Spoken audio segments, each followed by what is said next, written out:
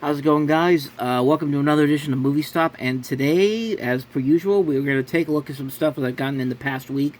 Most of the stuff that I have sitting right here is from Amazon, Target, other places that I'll talk about.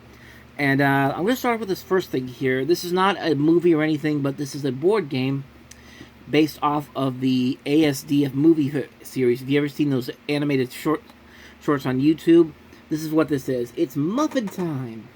Muffin Time, the game based off of the ASDF movie series. Get ready for a very unpredictable card game about muffins. Unleash runaway trains, exploding turtles, and homicidal potatoes to crush your friends, steal their cards, and win the game in style. So, there you go, right there. You can pick this up on Amazon. I'll put a link to where you can get this below, but you can only get it on Amazon. Unfortunately, but it's $20, so I think it's definitely worth it. And these are fun. I like these cartoons. They're very funny. So that's Muffin Time, the game. And now let's get over to the movies. And this was another thing that I ordered from Amazon because it was actually pretty cheap. This was only $5 when I saw it online. It's a movie that came out last year. A movie that I liked, but I thought could have been a lot better considering the talent they had here. And that is Irresistible. You get the Blu-ray, DVD, and digital code for this. This is Jon Stewart's latest movie. Definitely not as good as Rosewater, but I enjoyed it enough for what it is. And for $5, you can't go wrong with this, especially considering that this is still 15 on other websites. I believe I was lucky to find this one for 5. So I don't have this movie. I figured why not? Rosewater. Rosewater is the better Jon Stewart movie. Irresistible is good, not great, but for $5, I figured why not. So there's that. Next up, I have something from Target. This is a new release that came out today, and this is pretty hard to find from what I've been seeing. But I pre-ordered it beforehand, and of course, it's one of my favorite movies of all time, and that is Do the Right Thing. Now, I already have the Criterion version of this that Spike Lee signed, because I got it off of his website. And I wasn't even going to pick this up, but you know what? It's a nice-looking steelbook. It was only $20, I figured, what the hell? Let's go ahead and get this.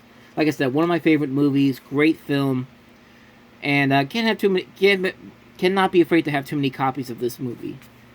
So there's that. Back to some of the Amazon pickups here, and I'll go ahead with these two right here because these just came out on Blu-ray for the first time this week, and they're two DreamWorks movies released by Paramount, and they are Mouse Hunt, classic movie. Gore Verbinski directed this one. And Nathan Lane's in it, and Christopher Walken's in it too, and Small Soldiers from Joe Dante, the director of Gremlins. Two great movies right here, two movies I grew up with, and pretty cheap too, and the first of several catalog titles Paramount's putting out over the next couple of months. I think Good Burger comes out in a couple weeks on Blu-ray, both the Bad News Bears movies comes out in March, and some other movies as well. I'm really excited to see I'm happy to see they're putting out more catalog titles at Paramount on Blu-ray. So, Mouse Hunt and Small Soldiers. I think Lassie came out this week as well. So did Yours, Mine, and Ours. What was that? Yours, Mine, and Ours. I'm trying to do this in one take, and I don't know. Excuse me. Next up, we have here a movie that a lot of people probably don't know about, but it's actually a pretty funny movie, and it's actually on Blu-ray. Came out on Blu-ray last month for the first time ever. The Freshman, Marlon Brando, Matthew Broderick. Marlon Brando's literally playing Don Corleone from The Godfather in this. Not really, but he's basically a retread of the character of Don Corleone from the Godfather movies, and it's a pretty good movie. It's a really funny movie. I don't think a lot of people really talk about this one, and it came out on Blu-ray last month, so. There's the inside. There's the back. So there's that one. This next one came from eBay, and I was just going around there, and I saw how dirt cheap this was, and I'm not usually a fan of these movies, but there's some things about these movies that I do think are funny. In an over the top way, and that is the Mummy Ultimate Collection, which has the original 3 Mummy movies with Brendan Fraser and the Scorpion King with The Rock.